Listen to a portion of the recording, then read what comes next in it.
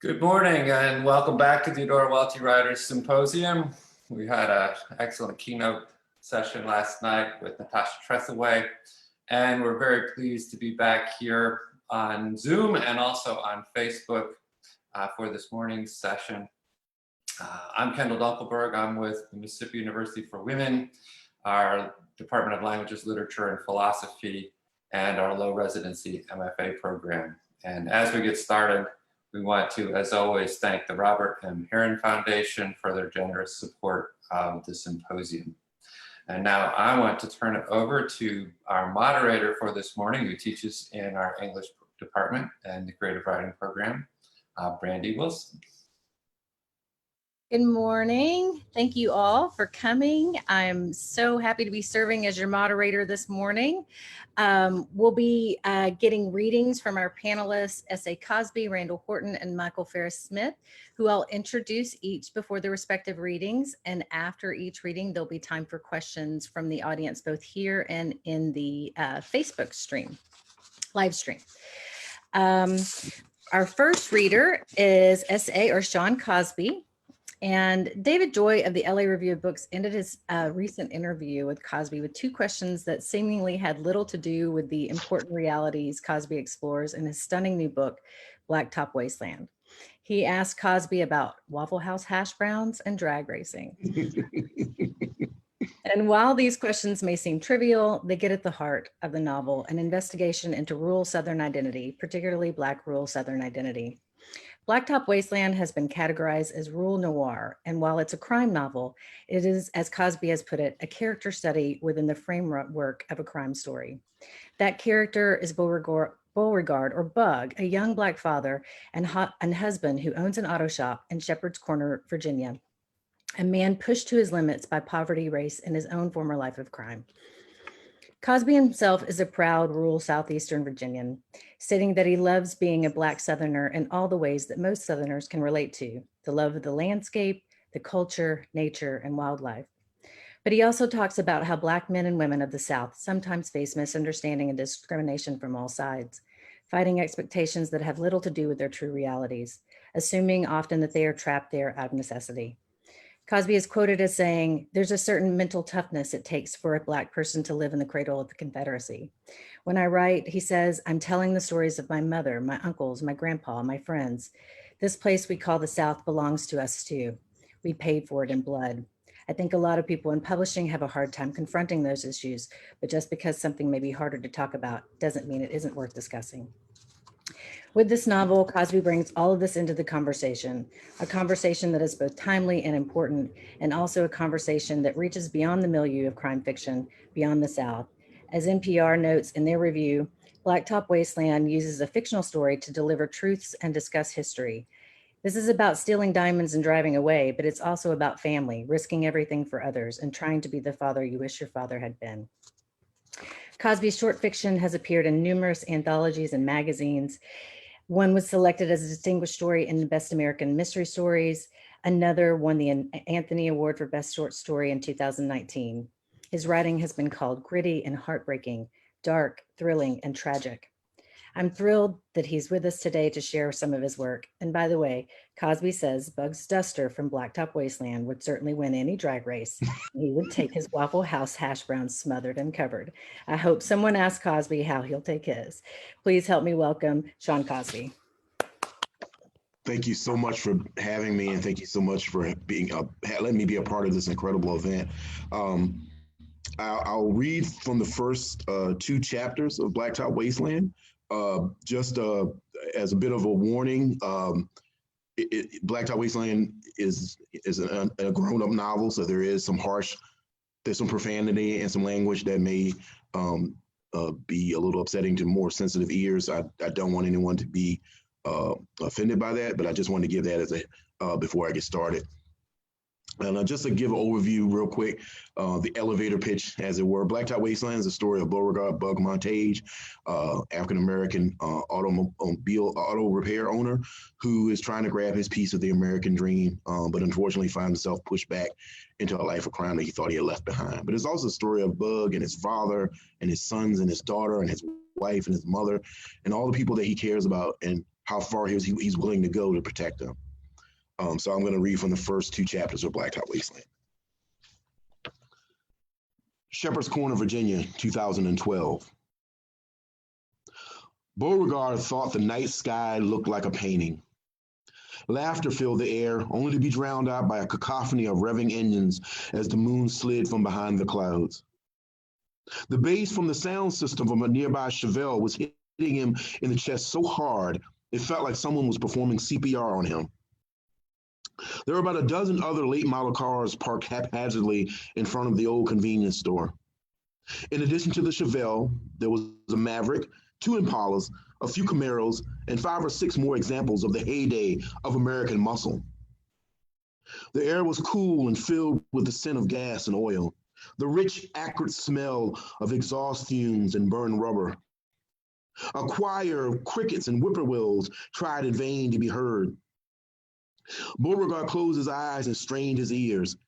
He could hear them, but just barely. They were screaming for love. He thought a lot of people spent a large part of their life doing the same thing. The wind caught the sign hanging above his head from the arm of a pole that extended 20 feet into the air. It creaked as the breeze moved it back and forth. Carter Speedy Mart, the sign proclaimed, in big black letters set against a white background. The sign was beginning to yellow with age. The letters were worn and chipped, the cheap paint flaking off like dried skin. The second E had disappeared from the word Speedy. Beauregard wondered what had happened to Carter. He wondered if he had disappeared too. Ain't none of y'all ready for the legendary O's. Y'all might as well go on back home to your ugly wives. For real though, y'all ain't got nothing for the legendary O's. She does 60 in second, $500 line to line. Huh? Y'all mighty quiet. Come on now, the O's done send many a boy home with his pockets lighter. I done outrun more cops than the Duke boys and the O's. You ain't just beating me, homeboy, a guy named Warren Crocker crowed. He was strutting around his 76 Oldsmobile Cutlass.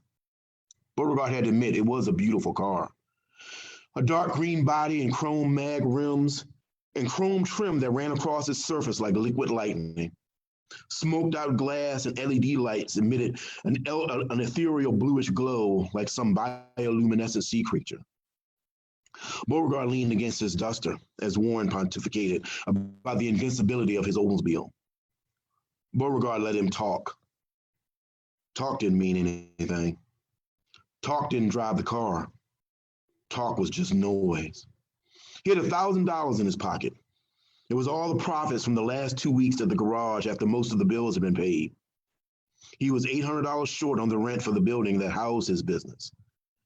It had come down to a choice between the rent or glasses for his youngest boy, which, after all, wasn't really a choice.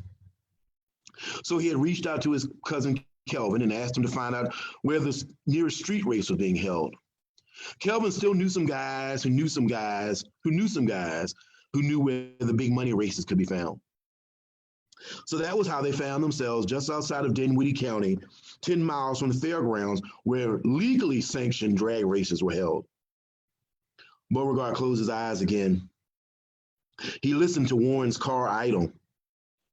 Under the sound of the boasting and dick swinging, Beauregard heard an unmistakable ticking. Warren had a bad valve in his engine. Now that left 2 possibilities. Either Warren knew about it but thought it was an acceptable defect that could be overcome by the sheer power of his motor. Maybe he had a nitrous booster on it and didn't care about one funky valve. Or he didn't know about it and was just talking a lot of shit. Beauregard nodded at Kelvin. His cousin had been milling through the crowd trying to drum up a big money race. There had already been 4 contests, but no one was willing to put up more than $200. That wasn't going to cut it. Beauregard needed at least $1,000 bet. He needed someone who would look at the duster and see an easy payday, look at its stripped down exterior and assume it was a pushover. In short, he needed an asshole like Warren Crocker. Crocker had already won 1 race, but that had taken place before Beauregard and Kelvin had arrived. Ideally, he would have liked to have watched the man drive before he made the bet. see how he handled the wheel, how he navigated the cracked asphalt on this stretch of Route 83. But beggars can't be choosers. It had taken them an hour and a half to get out here, but they had come because Beauregard knew no one in Red Hill County would race him. Not in the Duster. Kelvin moved in front of Warren as he was preening around his car. My man over there got 10 friends that say he can be doing 70 in second while you still trying to drag your ass out of first, he said. He let his booming voice fill the night.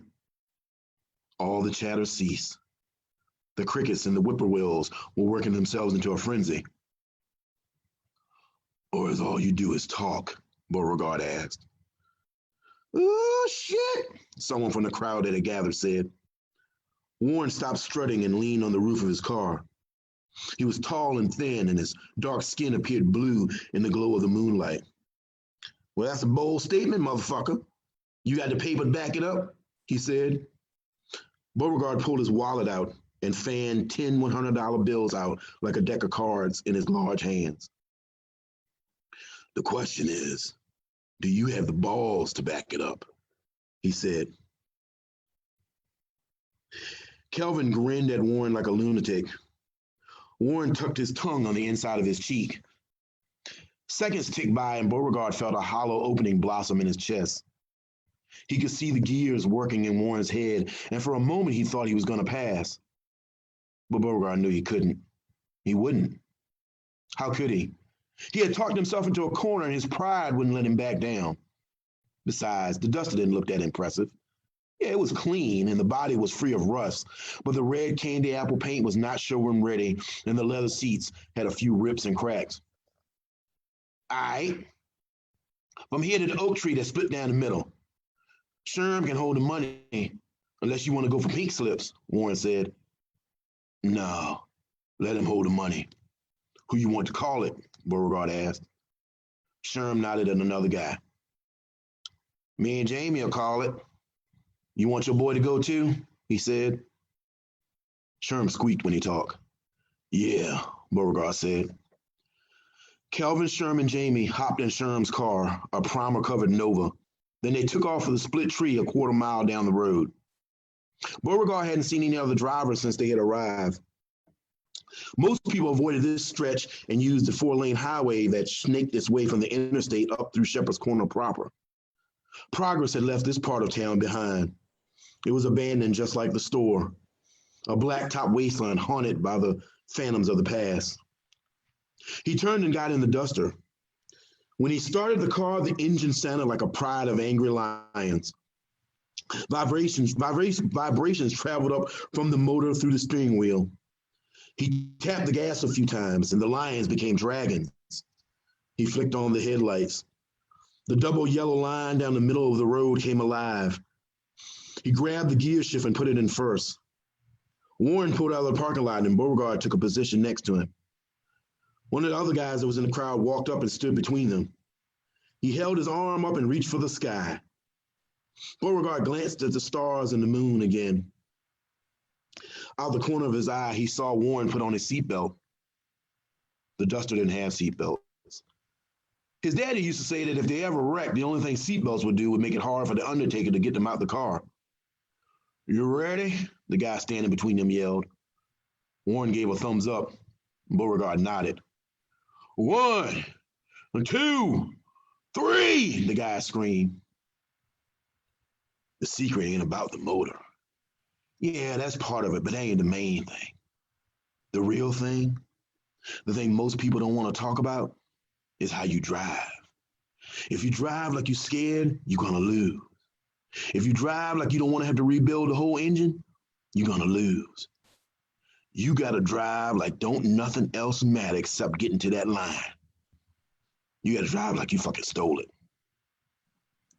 Beauregard heard his daddy's voice every time he drove the Duster. Sometimes he heard it when he was driving for Cruz back in the day. In those moments, it offered him bitter pearls of wisdom, nonsensical chatter that reminded him not to end up like his daddy, a ghost without a grave. Beauregard slammed the gas pedal to the floor. The wheels spun and white smoke plumed up from the rear of the Duster.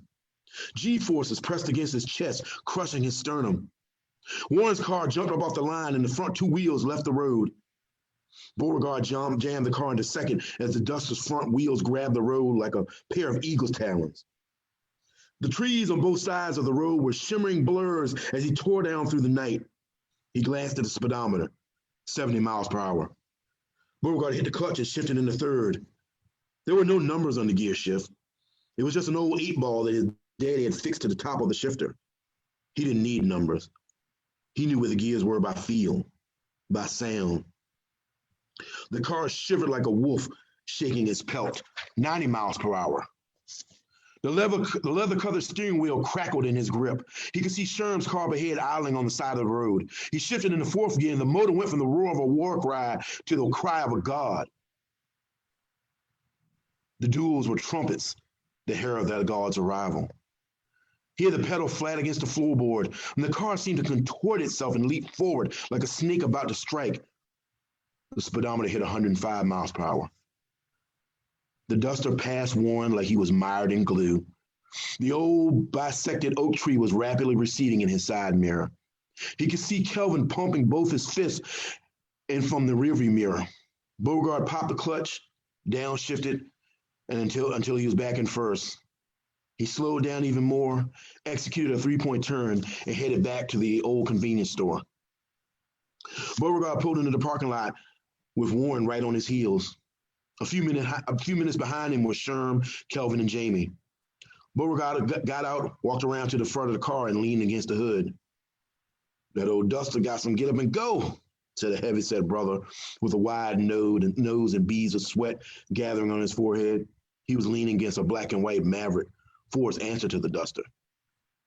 Thanks, Beauregard said. Sherman, Jamie, and Kelvin got out of the Nova. Kelvin trotted over to the Duster and held out his left hand. Beauregard slapped his palm without even looking. Yo, man, you whipped his ass like a runaway slave, Kelvin said. A deep laugh erupted from his chest. That bad valve fucked him up. Look at that exhaust. He's burning oil, Beauregard said. A plume of black smoke was trailing from the exhaust of the Oldsmobile.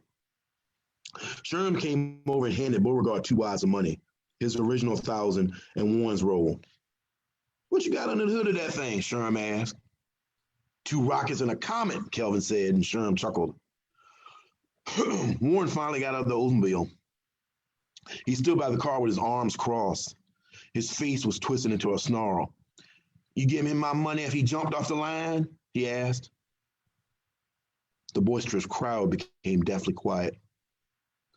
Beauregard didn't move off the hood, didn't look at Warren, but his voice cut through the knife like a razor. You saying I cheated? Warren uncrossed his arms, then crossed them again. He swiveled his large head on his thin neck. I'm just saying you was 2 lengths ahead of me before you even got off the line. That's all I'm saying, Warren said. He put his hands in his pockets, then he took them out again. He didn't seem to know where to put them. His initial bravado was rapidly evaporating. I don't gotta cheat to beat you. By the sound of that leaky valve, your motor gonna seize up tighter than virgin pussy any day now. Your drive shaft and rear end are too heavy. That's why you pop up off the road when you take off, Beauregard said. He pushed off the hood and turned to face Warren. Warren was peering at the night sky. He was studying his feet. He was doing everything except looking at Beauregard. Yo, man, just take the L and admit that the O's ain't as legendary as you thought, someone from the crowd said. This elicited a few guffaws from the crowd. Warren shifted on the balls of his feet. Beauregard closed the distance between them in 3 strides. So why don't you tell me again how I cheated, he said. Warren licked his lips. Beauregard wasn't as tall as he was, but he was twice as wide, all broad shoulders and wiry muscle. Warren took a step back. I'm just saying, he said. His voice was as thin as crepe paper. You just saying, but you ain't saying shit, Beauregard said. Kelvin got between them. Come on, Bug, let's go, man. We got our money. No. Not until he takes it back, Beauregard said. A few other drivers had crowded around them. Kelvin thought they were 2 seconds from chanting, fight, fight, like they were back in high school. Yo, man, take it back, Kelvin said. Warren twisted his head to the left and the right again. He wouldn't look directly at Beauregard or the crowd gathering around them. Look, maybe I was wrong. I'm just saying, he started to say. Beauregard held up his hand. Warren's mouth closed with an audible plop. Don't say you just saying again. And don't say you was wrong. Take it back, Beauregard said. Don't let him hook you, man, someone yelled from the crowd. Kelvin turned and faced Warren. He spoke in low tones. Hey, man, don't let these boys get your face fucked up. My cousin take this shit real serious. Take it back and you go home with all your teeth. Beauregard had his hands down by his side. He clenched and unclenched them at steady intervals. He watched Warren's eyes. They kept peering around like he was looking for a way out that didn't exist, a way out that didn't entail taking back what he had said. Beauregard knew he wasn't going to take it back. He couldn't. Guys like Warren fed off of their own arrogance. It was like oxygen for them. They couldn't back down any more than they could stop breathing. Suddenly, headlights lit up the parking lot. Then blue lights flashed off the weather exterior of the Speedy Mart. Oh, shit, it's the sex lights, Kelvin said. Beauregard saw a red unmarked cop car parked diagonally across the Speedy Mart exit. A few guys were walking slowly toward their cars. Most of them were just standing still. Sex lights, the sweaty brother said. Yeah, because when you see them, you're fucked, Kelvin said. Two deputies got out of the car and pulled out their flashlights. Beauregard held up his hand to shield his eyes. So what we got here, fellas? A little night racing? But I don't see no NASCAR lights. I don't see no NASCAR signs. You see any NASCAR signs, Deputy Hall?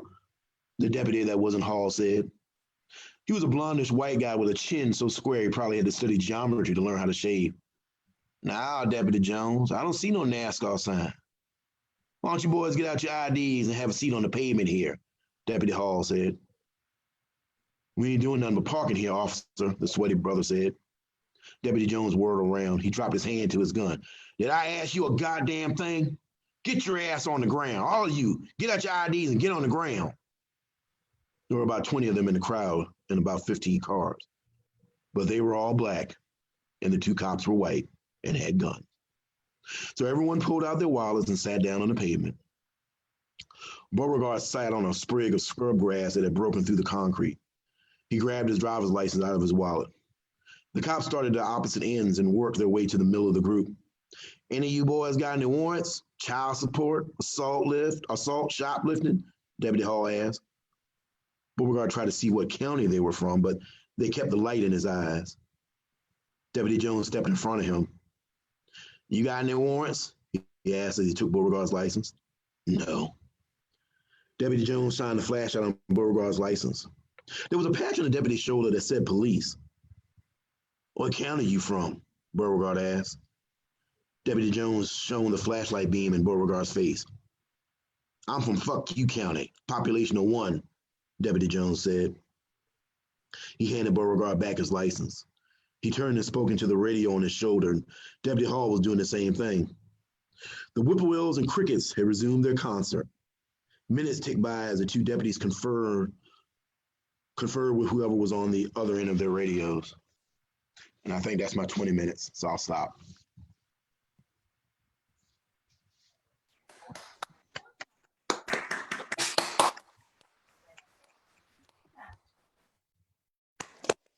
Great. Thank you so much. Well, now we will take questions. What questions do people have?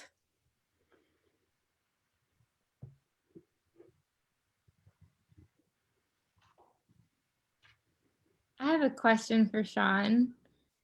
Yes, ma'am. First of all, I'm so bummed that we're not together in person so that I can meet you and hang out with you and get to know you better. Thank you. I loved hearing your reading, and I'm so struck by your voice when you read. You do such an amazing job of bringing these characters to life. And I'm curious, A, if you read your drafts aloud to sort of nail that sound, And B, whether you're like constantly eavesdropping on your friends and family to steal dialogue. Yes and yes. I read an article one time from Elmore Leonard, who's one of my idols, that said if your writing doesn't sound natural, read aloud, then it's bad writing. And so, if you were to eavesdrop by my window when I'm writing, I'll read a lot of dialogue out loud, and I read descriptions out loud. I like to have a certain rhythm in my writing. To me, I'm not a musician. I play the guitar very badly, but I like to have a certain rhythm to my writing. I wanted to have highs and lows. I mean, that's sort of a nerdy thing, but if I'm doing a scene that's very intense, I will shorten the length of my sentences so that they're just very staccato type sentences. If I'm doing a scene where a character's having a lot of introspection, I'll have a sentence that's, and you're not supposed to do this, but I'll have a sentence that's maybe a paragraph long. And so it creates a different rhythm in your head. And when you read it out loud, you can pick it up. And yeah, I'm always eavesdropping on my friends, my family. That's one thing I hate about the pandemic. I used to love going to bars and listening to people's conversations and listen to the way people talk and the start and stop rhythm of that. So yeah, yes and yes on both questions. And thank you. Hey, I'm Andrew from the MFA program here at the W, and I so appreciate somebody writing about drag racing. My daddy was a drag racer. Oh man, My Saturdays were grew up watching Big Daddy Don Garlitz on NHRA Today all Saturday, the whole Saturday. Big Daddy Don Garlitz and Shirley Muldoon and Yeah. So I mean, I was probably one of the only ones. We came from Disney World, and we had to go by the museum when we were coming back up to Birmingham. Anyway, I just wondered what your favorite. Do you have a favorite muscle car? Oh man, my favorite car to drive. I've driven this is the 69 Impala. I love to drive the way that car feels. It's like a boat, but it's floating, the way that suspension is built. But if you wanted to know what kind of car I wanted to race in, like what, so I'll tell you real quick. I had a cousin who was a drag racer, both legal and illegal, and he had a Maverick that he had souped up, and he took all the seats out except the driver's seat, and he souped it up. He since you know a little bit about car, he put a 405 engine in that Maverick and bored it out. It had a 4-barrel carburetor, had a chassis. He had adjusted the chassis. He had aluminum drive shafts and stuff. That car, and I used to ride along with him. The way that car is built, it's just a bullet. It's just like being fired out of a gun. And he never lost a race. He's no longer with us, so God bless his soul. But I love driving that car in a race. You want to just know what kind of car I want to style, and yeah, the 69 Impala is probably my favorite. That's awesome. Thank you. Thank you.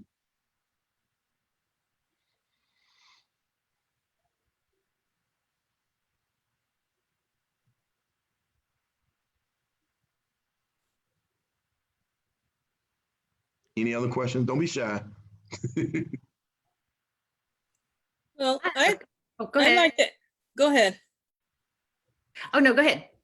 I'd like to ask, how did you get the idea for this book, and how much fun did you have writing it? It just sounds like it's just a ton of fun. And yeah, go ahead. The idea of the book came from two distinct parts of my life. One part is I'm a gearhead. I love cars, but I think there's a unique freedom in automobiles. I think that's why Americans are in love with cars. And as a African American man from the South, there's a sense of adventure and a sense of release when you sit behind the wheel of a car.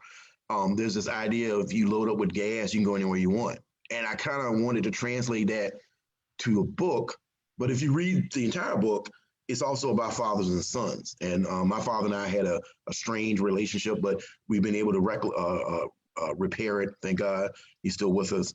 And I wanted to talk about the way fathers who don't have the tools to communicate with their sons try to communicate. And so that's where the inspiration was. I wanted to marry those two things and wrap it up in the confines of a heist novel. I think it was Mary Poppins that said, a little bit of honey makes the medicine go down. So I'm talking about some things that are pretty serious, but I also want people to enjoy it. I don't want my books to be 300-page sermons. that being said, I really enjoyed writing this book. I love writing all my books. I mean, but this was a book that at the end of the day ended up being cathartic for me as a man, as an African-American man, dealing with maybe some residual pain that I hadn't dealt with. When I wrote the end of this book, I cried because I tried to write the ending 3 times and none of the endings sounded right because I kept avoiding the elephant in the room, which is talking about what it means to be a father and be the type of father that has this ability to do incredibly horrific things, but for what you think is a good reason. And I finally, hopefully nailed that scene, but it was like such a release for me. So it was fun, but it was also emotionally draining in a way. But I think I did the best I could with it. Hopefully everybody enjoys it.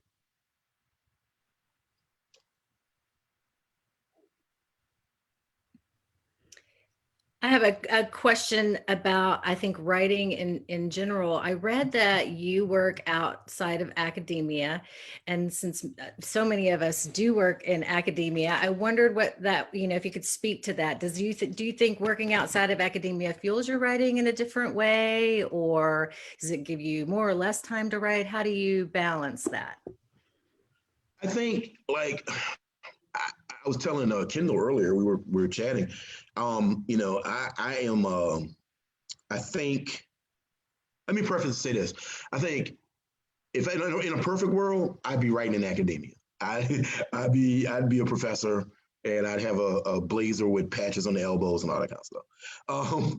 But the way life worked out, I actually was in college for 3 years, and then my mother was ill when I went to college. She got sicker while I was in college. I had to drop out. And so I didn't finish.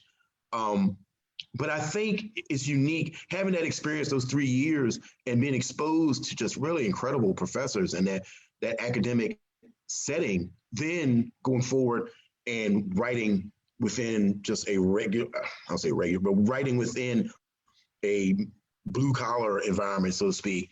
I think it helped me because I was always a big reader. I still am.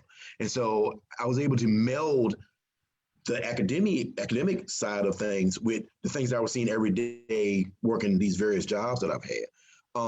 As far as time, whenever somebody asked me that question, I was like, you make time for what you want, whether it's a person or whether it's writing.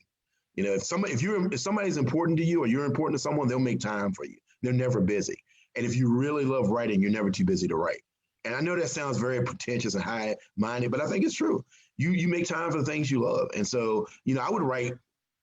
I used to write on my lunch break. I would write in between shifts.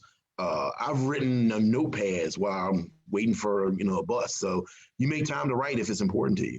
So I think that's just speaking for me. I can't speak for anybody else.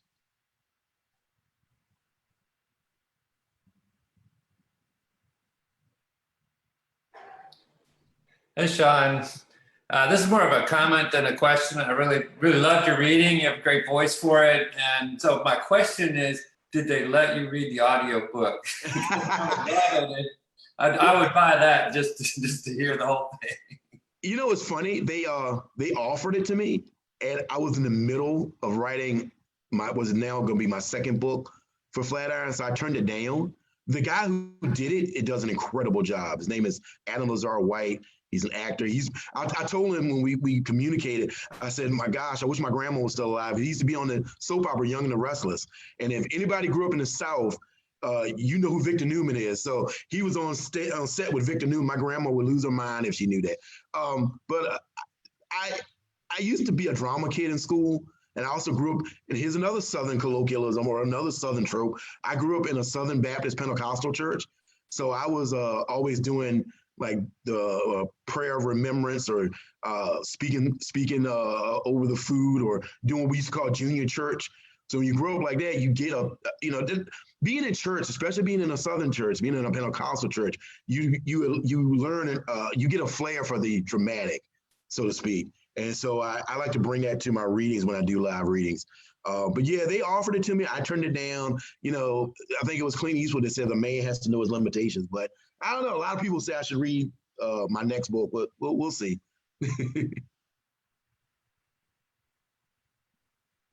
Hey, Sean, this is Michelle. I live in Virginia too. Oh, hey. I'm just I'm in the Blue Ridge Mountains, but I'm hanging out in Richmond this week. So, Okay. yeah, so listening to you talk about, how you cried at the ending of writing your book. I'm curious. I'm a poet, write poetry, but I like to dabble in fiction. So I'm interested in how do the stories come to you? Are they your stories, or are they stories in you that just need to be told and you give voice to that? Or is it more, like listening under the windows of your, your relatives, and you're like, oh, that's a darn good story. I need to tell that story. So how do you know what story it is you're going to tell? It varies. Like, for instance, my first book was a detective novel set in the South in a rural area called My Darkest Prayer. That wasn't really my story. That was a story I wanted to tell. I thought I said it, the main character that is named Nathan Waymaker, and he's a troubleshooting detective. He doesn't have a private detective license. His day job, he works at a funeral home, and on the side, he moonlights as this kind of private detective / bounty hunter. And I just thought it'd be interesting to set it in a small town funeral home and talk about the issues that are apparent in that setting. And I think it's such a fertile ground. I'd love to write another one, but I think it's such a fertile ground for a detective series. Blacktop Wasteland was sort of my story, like my personal story with me and my relationship with my father, but it was also sort of a story. I wanted to write a story about an African-American man who maybe didn't have the best relationship with his dad, but was trying to make sure that the sins of the father are not visited upon the sons. And so it's sort of my story, but it was also sort of the story of my friends and my buddies and the guys that I grew up with. Not to exclude women, because there's strong women characters in this book. Bug's wife is one of the strongest characters in the book. She takes no guff from nobody. But it was sort of my story and sort of the story of my friends. The book that I have coming out next year, Razorblade Tears, is not my story at all, but it was inspired by, I wrote a book called Razorblade Tears, which is a revenge novel about two fathers, one black, one white, who are seeking revenge for the murder of their gay sons who were married. But it's also a story of redemption, because neither one of these fathers were very open and understanding to their sons when they came out about their sexuality. And so in trying to find the people who murder them and wreak this bloody revenge, they're also trying to redeem themselves for their failings as fathers. That's not really my story. I'm not a member of the LGBTQ community, but I have a cousin who came out a few years ago at 41, and he got a lot of pushback from his side of the family, and that really bothered me. And so I wanted to tackle that story, but I didn't want to tell his story because I'm not a member of that community. So for me, telling a story is sometimes like trying to get in a locked house, Like, how do I get in this house? Do I climb through this window? Do I go through the door? Do I bust a wall down? And so I had to figure out a way, how do I get into this story? I want to talk about this. And so for me, it was taking these two quote unquote alpha males and forcing them to confront their own homophobia and prejudice, while at the same time dealing with things the way men like that deal with things. The term "a history of violence" is both literal and figurative.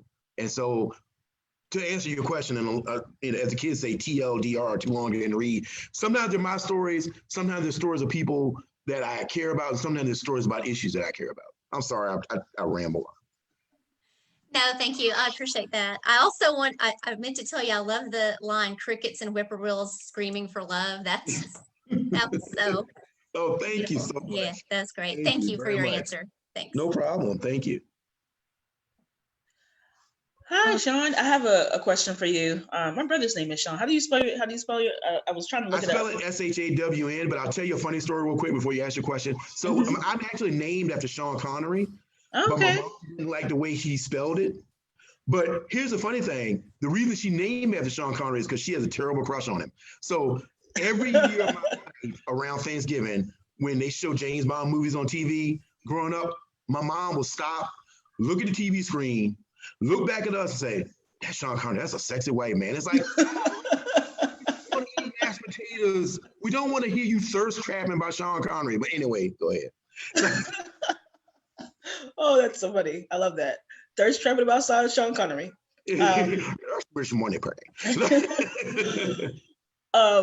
So I loved your reading. I'm looking forward to getting your book as well as your upcoming book, because your style is just very, alive. And I I'm someone who's very interested in the history of violence and intergenerational trauma within, families. So Mhm. I wonder how you were able to navigate that in your storytelling, but also tell stories that have happy moments. Like how do you bridge the two? I think, there's a character in fiction written by Donald Westlake called Parker. And Parker is this master thief criminal, but he's a hyper violent guy. And I love those stories. As a kid growing up, I devoured them, because he's just like this. He's like a Terminator. He's just, and when I started writing, I wondered, like, what does Parker do when he's not breaking somebody's fingers? Or, what is he like when he's at home with his dog or his family? And so, not to make light of the issue, that's how I kind of thought about it. But then when I delved deeper into it, like to give you a little bit of my background, my mom and dad separated when I was young. So I was raised, we moved in with the first 5 years of my life, like a country song. My mom and dad broke up, our house burned down, and then my mom had a debilitating disease. So we moved in with my grandma, and I had my uncles living there. And I grew up around these men who were loving, they loved their dog and they loved their parents, but they were also men under a lot of stress, being African-American men in a small Southern town, where you had to walk past a Confederate statue every day. And so they were also men, their violence was an expression of their disdain for being disrespected. And so if they went to the local bar or shot house and somebody stepped on their new shoes, they fought. If somebody disrespected them in the line at the 7-Eleven, they fought. It was this, all violence is an expression of pain, And so that was the way they expressed their pain and feeling like there are people who think of them as less than human. And so when I was writing, I wanted to express that, yeah, Bug can do, if you read the book, Bug does some horribly violent things, but it all comes from a center of pain. He misses his dad. His dad is missing when the book's open. Him and his mom have a very contentious relationship because she sort of blames him for the dad leaving. He has a hard relationship. He has a daughter from a previous relationship, and she's mixed race, and her grandparents don't like him because he's Black, and so he's trying to have this relationship with his daughter. So all this pain inside makes him angry, and when he gets angry, it's like the old Bruce Banner thing: you're not gonna like me when I'm angry. And so but I also wanted to balance that with showing the human side of him, showing him playing with his kids, showing him kissing his mom on the forehead, even though she's mean as hell to him. I think the best writing is a multifaceted approach. When you talk about the multitudes within a character, I think it gets really boring really quick if your villain is a mustache twirling villain or your hero is a paragon of virtue. And so to talk about intergenerational trauma, there's a line in the book where one of his sons has done something violent, and his wife is very upset with him. And Beauregard's like, you can't be too mad at him. Violence is his last name is Montage. Violence is a Montage family tradition.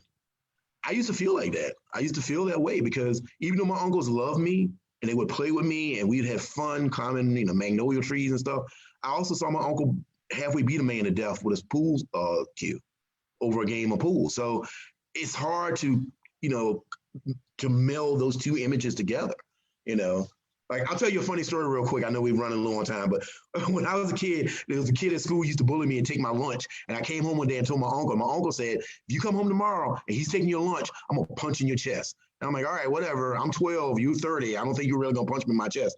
I come home the next day and he said, where's your lunch? I was like, oh, Keith stole it. Punched me in my chest. So the next day when Keith came to steal my lunch, I was like, no, I'll fight you. I'm not fighting this 30-year-old man that works at a lumber yard. And so... And the funny thing about that story is people always say, oh my God, you're abused. No, my uncle loved me. He thought he was doing what was best. He did the best he could within the tools that he had available to him. And so that's what I try to get across in my writing. Thank you. Great. Thank you so much, Sean, for that. And thank you all for your great questions. That was really, really enjoyable. We are now going to move on to our next reader, Randall Horton. Randall Gavin Horton is a poet, creative nonfiction writer, and associate professor of English at the University of New Haven. His awards include the Gwendolyn Brooks Poetry Award, the B. Gonzalez Poetry Award, a National Endowment of the Arts Fellowship in Literature, and the GLCA New Writers Award for Creative Nonfiction. His new collection, number 289-128, out now to rave reviews, has been described as deeply empathy-inducing, effective, heartbreaking, and haunting. Dr. Horton's path to writer professor is atypical, to say the least, and yet it's part of this path that makes him so impactful in his writing and as a teacher, and how those two work hand in hand. He says, I'm a total outlier in higher learning. Many students I teach are enrolled in the Henry Lee College of Criminal Justice, and these hopeful young minds will soon enter into various fields or enter various professions within the field. The majority are white, and I'm a Black man that has been to prison. In fact, Horton is the only person in the United States with 7 felony convictions and an academic tenure. But he uses this life experience along with what he lists as critical and creative texts on the Black experience and the effects of racism on a society to awaken young minds. In a recent essay published at Salon, Horton writes about correspondence with a previous student. She tells him, Dr. Horton, I was a product of a broken system that failed to tell me the whole truth. And without being enrolled in your class, I easily could have stayed that way. You were the first Black teacher professor that I ever had, and to this day, the only one who has educated me on such important topics. In the poem 289-128, Property of the State, from his new collection, the speaker states, nor am I that poet to hold your hand, and later, forgive State Poet 289-128 for not scribbling illusions of trickery as if timeless hell could be captured by stanzas, alliteration, or slant rhyme. And while this is the persona of Maryland Department Corrections prisoner, I can't help but see the truth of these lines and feel that this relates to Horton's experience and how he is in the classroom, presenting the truth to his students, but also providing them the space, tools, and encouragement to make positive change. In discussing his writing, Horton says, truth is where I began as a poet, in constant search for a language and set of syntactical patterns that will allow me to discourse on, as well as deconstruct barriers regarding race, gender, and all of the other social constructs that prevent us from being totally human. Horton's experience has given him a unique perspective on this path for humanity, and his exploration of it in his work and teaching is more important now than ever. I hope you're as excited as I am to hear what's in store for us this morning. Please help me welcome Dr. Randall Gavin Horton. Thank you for that great introduction, man.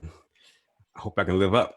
And and I want to thank Kendall for inviting me to the Eudora Welty Symposium. I've been a couple of times. It's one of my favorite places to be, and I'm kind of sad I can't be on the campus. But again, thank you, and thank you for the introduction. I think you probably captured the sentiment of the book. And so I'm just going to get right in it for a minute, and then we'll just have a journey. And so we'll begin with 289-128, Property of the State, and it begins with a quote, an epigraph, from Dennis Brutus, who was a South African poet who's passed away now, who spent time with Mandela. But he's a brilliant poet. And he says, these are not images to cheer you, except that you may see in these small acts some evidence of my thought and caring. Dennis Brutus. 289-128, Animals. The only thing less than a nigger is a prisoner. Roger Fentress, August Correctional Center. A heat wave envelops the mid-Atlantic, abnormal like the notion of prison. Outside, an unrelenting centigrade oven bakes the male housing unit. Cells are jam-packed with the guilty who played out, though very innocent. 7 sounded better than 25 straight. For more than a few consecutive days, there is a spell cast over the complex. A 5-inch fan oscillates the aroma of piss from the toilet bowl, and it's jungle-like, where grown men and young boys blend, each inmate's sadness compounded. No shade, nowhere to hide, and running would get that ass shot at the razor fence, dangling in blood, so you sit, suffer, while asking, is this how the story ends? 289-128, sorry, this not that poem. Raised block flower and plant bed, peonies, gardenias, poinsettias, plus a yellow orb slow rising over an endless golden scape. Darting through uncluttered space, cardinals, thrashers, sparrows, blue air fragrant with lavender washing brain matter into virtue. If only I could pastel alphabets onto a canvas of thistledown. Yes, deceit comes to mind. A lie, traitor, turncoat, recreant, backstabber. Here I would be gut shanked a million times. This is not their poem, nor am I their poet to hold your hand or erase not whole screams, blood on a cement floor, or suicide is another form of escape. No, no, no. Yes, I do promise. The evil, ugly humans inflict on each other, to themselves, how time is malice is death, inflaming pupils with spite and inextinguishable if set free. Forgive state poet 289128 for not scribbling illusions of trickery as if timeless hell could be captured by stanzas, alliteration, or slant rhyme. 289128, rhetorical perhaps, property of the state. We do not experience movement, the cell is setting a chronic theme. We do not experience, only exist in the frame behind the cell we stand. Each step in place with the next still standing, we do not move until told. This instant, we only have moments, mementos relived in slow motion. A cinematic dream, I see you the good, while we evildoers rot like pomegranate, once sweet, fresh, and vibrant. Rehabilitation is love letters to a ghost. Discourse in the day room, we look at the world to see ourselves on TV, to see our false selves. Inside a constructed frame until told, we enter as if we never left. 289128, property of the state, or this malice thing never to be confused with justice. Nothing symbolic, okay? Dark is dark. Cage is cage. Hunted and hunter are both in the literal. Make belief and what ifs do not exist. A lie. Nothing cryptic here, okay? Rape is rape. Pray must pray.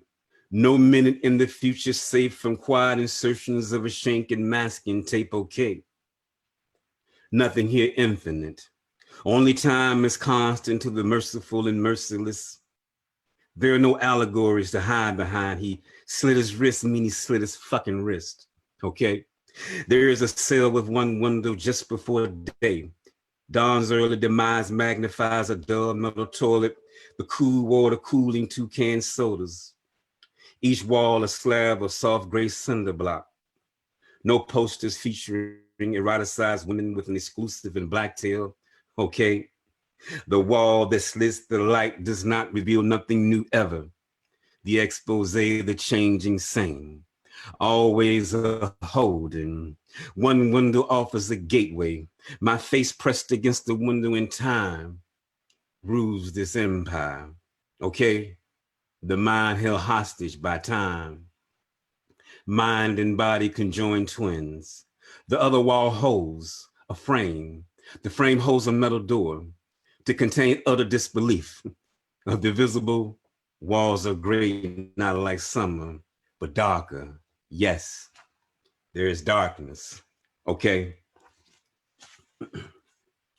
289128, property of the state, nothing as it seems. Minutes trickle to the slow hours. Hours multiply toward a release date. 5 + 3 backup contemplated at night makes court order meticulous. Count at count time creates habit, habitual. Waiting on miracles means waiting on baby Jesus. Here at Roxbury Correctional, 8 years stopped short of a dime, with a nickel gone, creating another kind of normal. Outside, razor fence could be a gateway, the housing unit emblematic of the morally good. Juvenile, tried as a bona fide adult, questions authority quite nice, and by magic disappears, returning a broken boy beyond repair. Call it far-fetched or unreliable narrator. They will say we the key holders are God, and we are the servants of time created. An elaborate tale sentencing weave, what gets lost in a brick cell, character, location, protagonist existing in dark matter. A hollowed out echo chronicles truth. A man stabbed in real time screams truth. Truth doesn't exist in a courtroom. For convicts, they would say, he didn't see what he saw. So I'm going to read this longer poem and end this section and move on. But just for some context for this one, it's called Roxbury Correctional Book Club, and each section pays homage to a book. The first one is by Robert Hayden, American Journal. And the poem is Prisoner. And in section 2 is Chester Himes, The Quality of Hurt. Section 3 is Mitchell Jackson, The Residue Years. Section 4 is Miguel Pinheiro, The Short Play, Short Eyes, the New Eurekan poet.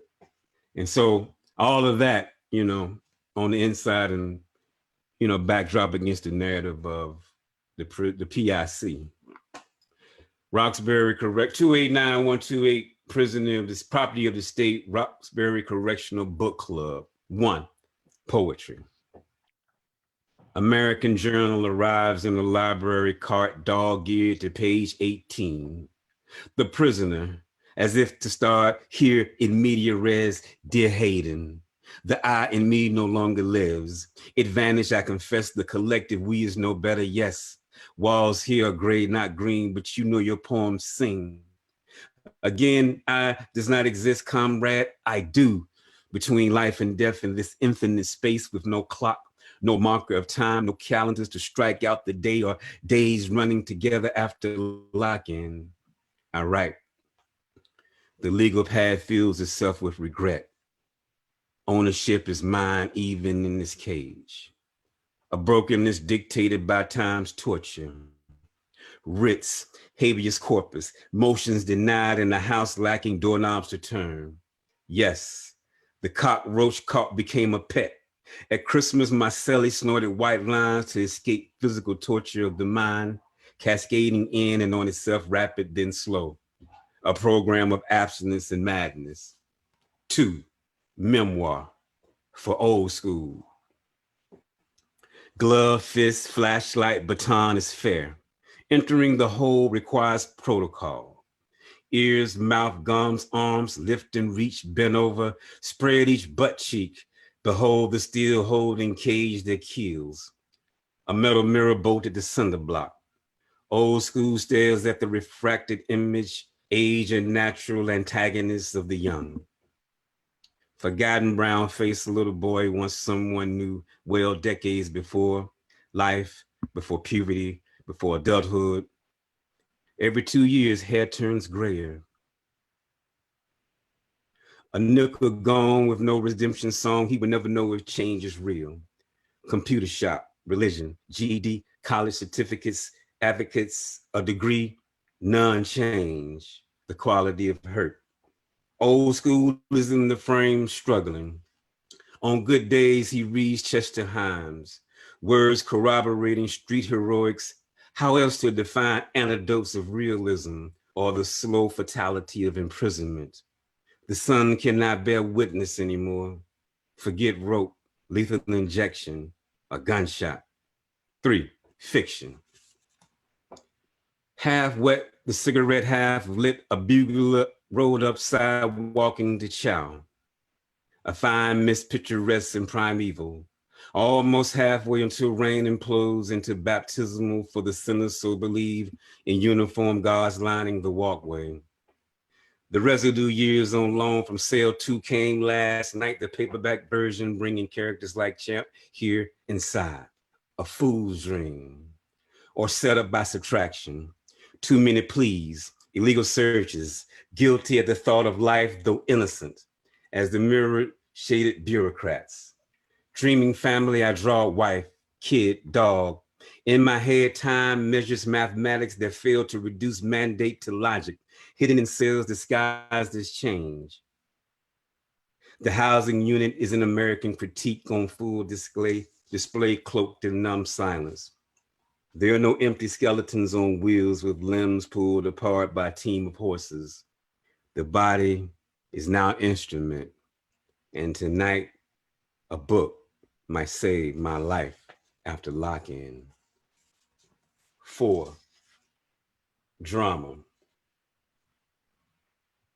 Anything can be destroyed for the skeptics. Trust Donnie was deflowered one night after count time.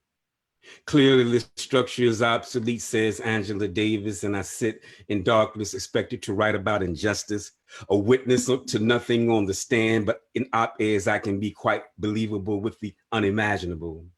A report from Cell 23, irony or ironical, I say truth on what plainly is a corrupt condition, identical to the blueprint overlooked in the penal frame you can't see.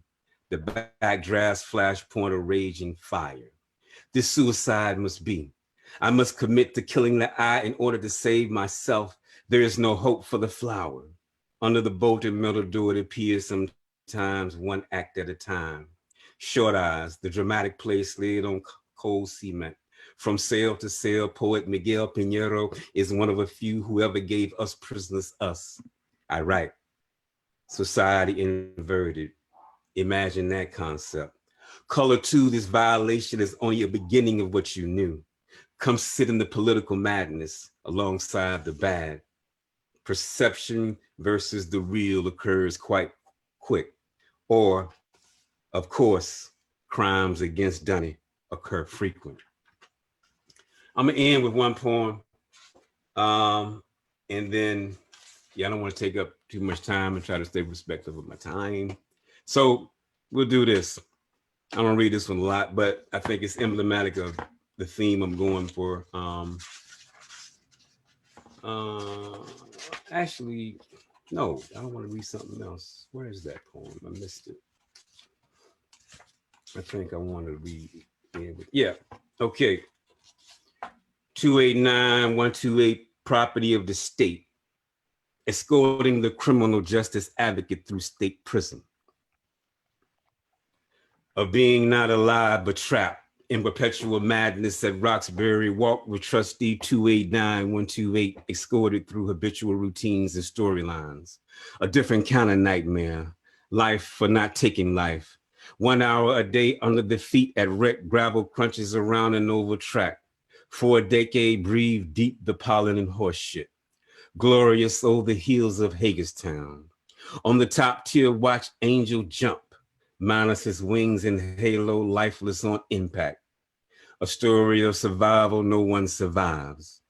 Day after day become a callous heart, or a broken mind unable to escape. Frozen and hollow, there is no escaping tonight. Visit each unit after lock-in. Taste the fetid air cell by fucking cell. Make no mistake, language matters through narration. Mouth justice, a filthy word in the eyes of confined men. Evolved toward the difficult thesis, a thing for sure, underscored at best. Thank you for allowing me to read. Appreciate that. Thank you. That was wonderful. We'll take questions now. Hi, I have a question. How do you decide where to end your line? Do you have like a form in mind when you write, or is it more organic? Well, it's always organic. I don't, and I mean, even in the form, I might flip the form. So I'm known to do that. I mean, my form, but you know, sometimes, but most times it's really organic, and my ending is never my ending. Originally. So I'm always interested in that and playing with that. Even my interest, how I enter and exit the poem. I'm always, you know, over time, I've kind of learned the things to look at when I'm editing myself, how I'm thinking about, you know, what I want to get out as I enter and then what I want to leave as I exit as well. So I just think it's the poet's attention to detail in that matter. I don't necessarily go for, you know, a neat ending. surprise. I go for the ending that just sort of, makes sense. And if that's sort of something different, then I'll go there. So, yeah. Thank you. Yep. Hi, Randall. I'm sorry, Lauren. I Hey. have a question. I was so impressed by your reading of the work, and especially the property of the state poems. You have such a cadence to the lines. And I was just curious about that as to, how you narrowed the images in such a way that it could almost be like, it sounded like a march, like the march of time. And I wondered if you read the poems out loud to yourself multiple times, or did you just do that naturally? It's impressive.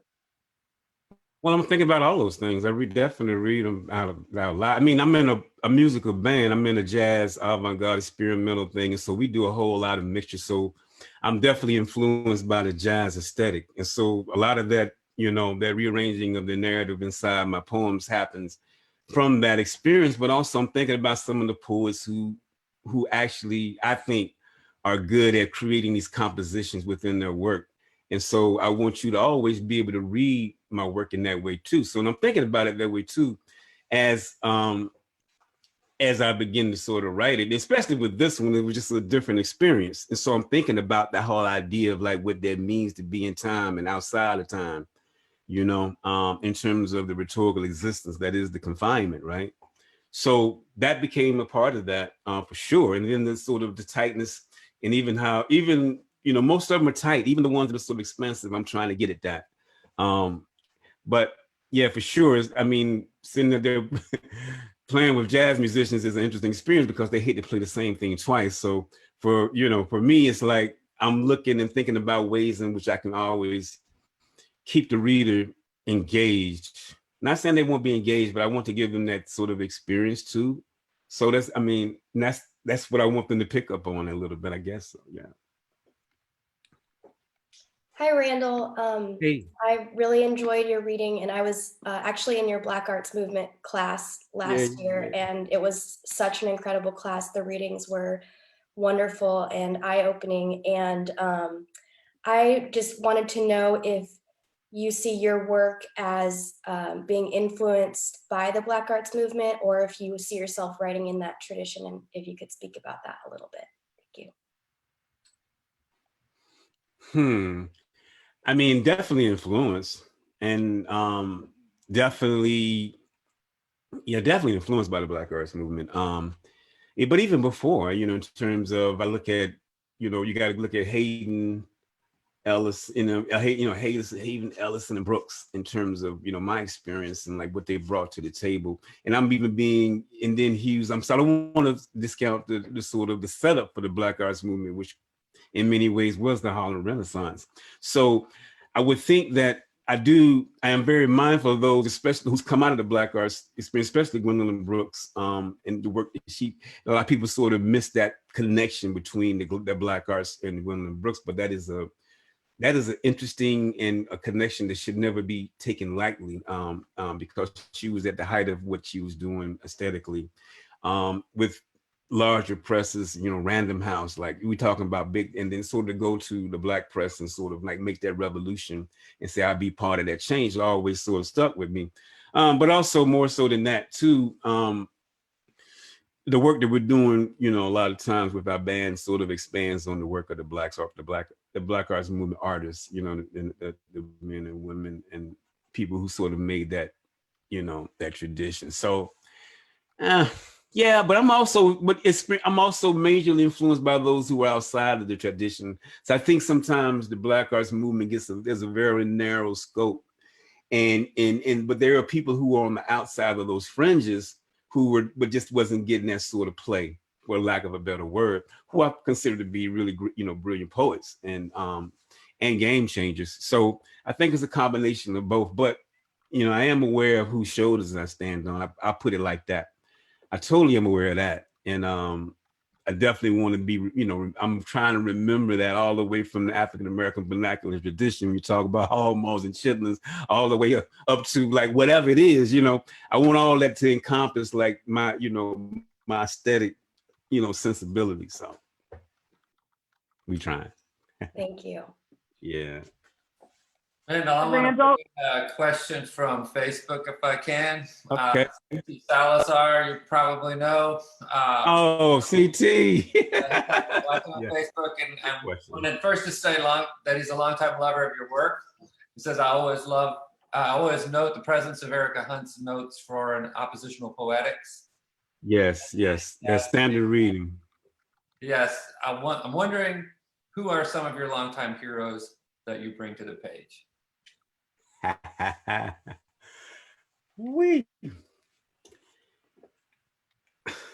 Well, I don't know about longtime heroes. You know some of them. I mean, I'm going to start with Gwendolyn Brooks in all of her complete works.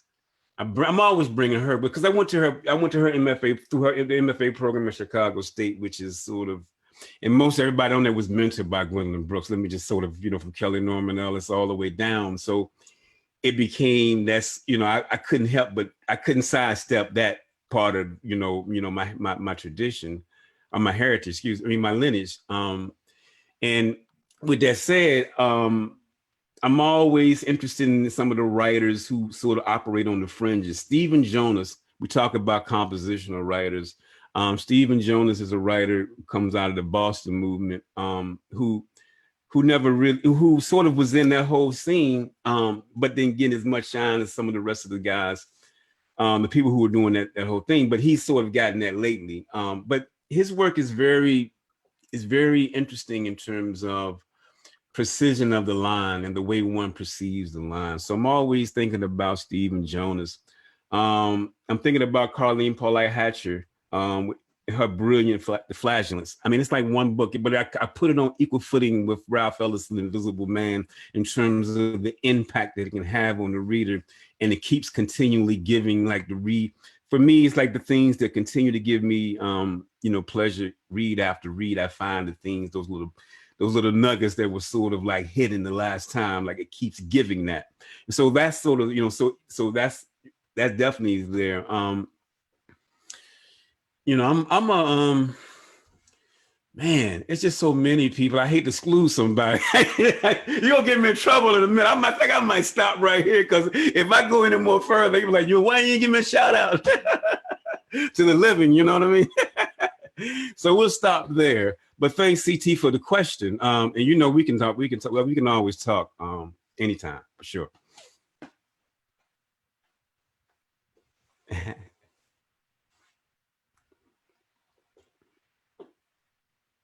Hey, Randall. I'm Karen. I'm in the Writer Symposium class, and this is actually your second work that I've read. I remember you a few years ago when you had Hook, and it really is such an incredible collection, and it, I think, helped us who had heard you before to kind of read it in your voice, and we just had some great discussion. And I wanted to ask you about Arrest Warrant, where you took the court pleading and you turned it into this piece of art, and how you incorporated it. And just if you could tell us a little bit how that idea came to you and what was going on.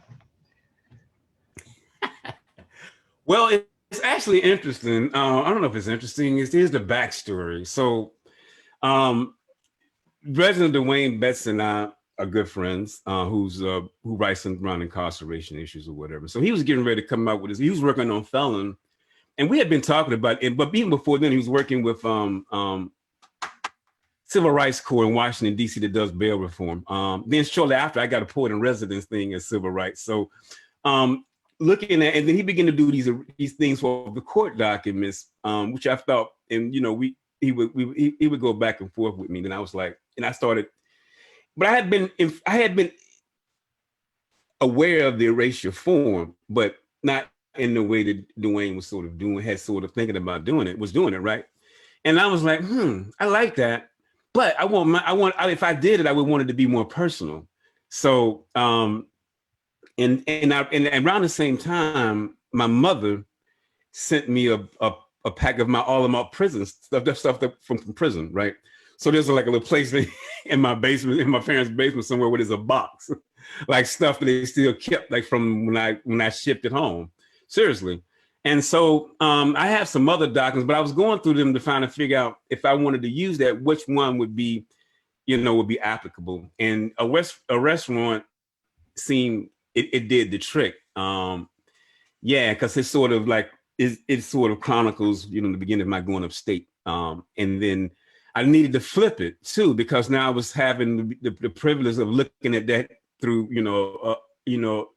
a present lens. So in the flashback, I want to be able to create art with that.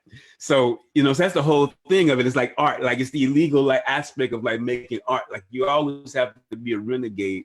Well, not always, but sometimes artists are looked at as renegades in that way of sort of breaking these sort of norms for a better norm, right? So that was the whole purpose of that. And what's funny with that, they actually got my birthday wrong. I didn't know that till like 30 years later. Like that is not my real birthday. And so that's how that sort of worked out. And me and Dwayne went back and forth with a couple of ideas, and I settled on this one for the book, actually. So.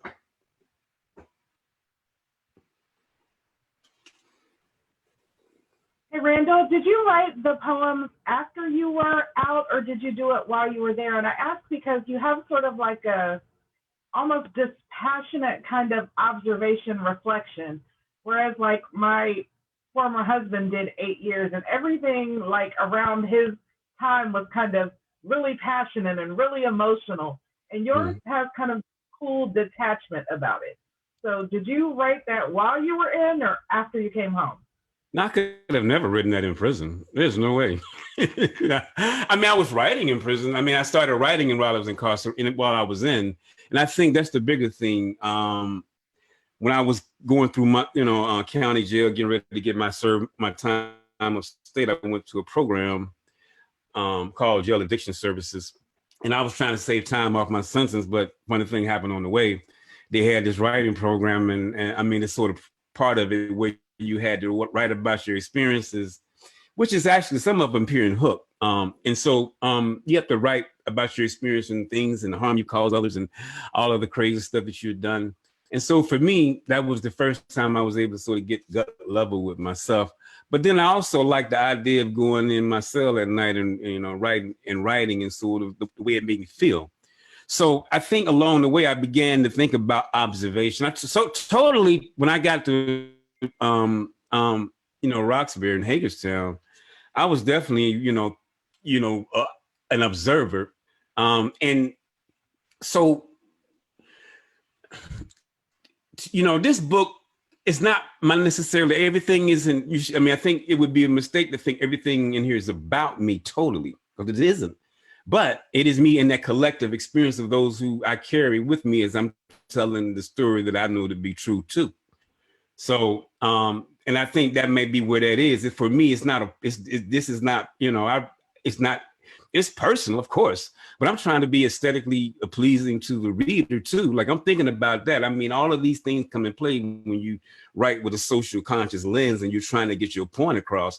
I don't want to get it off to the point where I'm preaching on my soapbox. I want to get it to the point where I'm in the flow of the reading and we talking about these things. Yeah, it was tragic. Yeah, it was whatever. You know what I'm saying? Yeah, the poems I just read, I mean, they talk about somebody getting raped, somebody getting shot, somebody getting guts, these things are real. And so for me, I would like to think that I'm doing them in a way like when we talk about the beautiful, the ugly beautiful shit, the shit that make your head spin, but in some way, it comes off as like this experience. And I don't know if that's what happens all the time, but I think that's more what I'm after when I do some of that. So I wasn't, there's nothing the only thing that appears from when I was in prison was the writing that I did in the Hook, because it sets itself up when I'm incarcerated. But other than that, I don't think I wouldn't have had the know-how to have written these poems like that then. I just wouldn't. Thank you. Yep.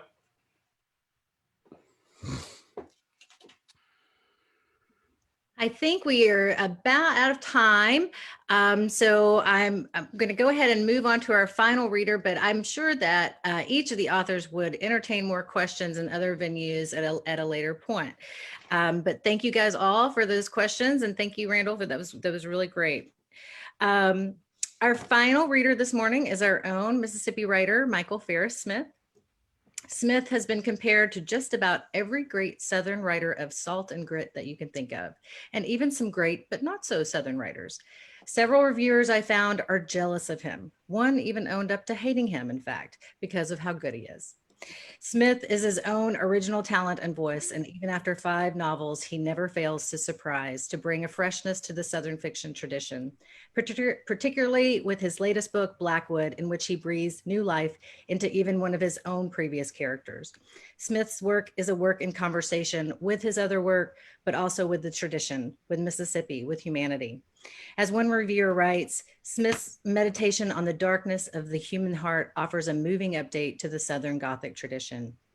Michael Farris Smith is an award-winning writer whose novels have appeared on Best of the Year lists with Esquire, Southern Living, and others, and has been named Indie Next Best List, Barnes & Noble, Discover, and Amazon Best of the Month selection. He's been a finalist for the Southern Book Prize, among many others, and his essays have appeared in the New York Times, Bitter Southerner, and more. 3 of his novels have been optioned for film. Blackwood, Smith's 5th novel, takes us to tiny Red Bluff, Mississippi, with Colburn, a junkyard metal sculptor confronting the traumatic past, his own and the town's. One reviewer notes that Smith mines for humanity in the most troubled souls, and in Blackwood continues this search with even more unsettled characters and uncompromising circumstances. Smith himself noted that he is drawn towards stories that really challenge you on an emotional level and a spiritual level. And this is exactly what he does with this book and with his previous books. Challenges us by opening up a dialogue between the book and the reader about such deep emotional and spiritual truths, the choices we make, how we live with these choices. As a Mississippian, Smith sticks close to home in his work, but not out of necessity, out of love. He says, Mississippi inspires me with all the things it offers us, all the complexities, all the contradictions, all the vibrancy, all the religion, all the liquor stores.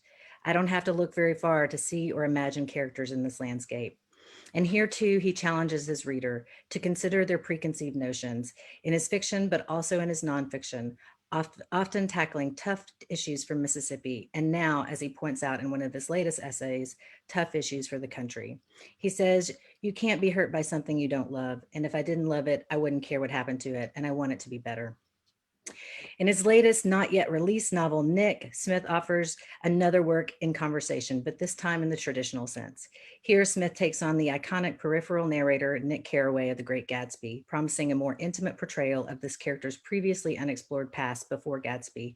I personally cannot wait until February when this book comes out and the conversation that it will continue and create.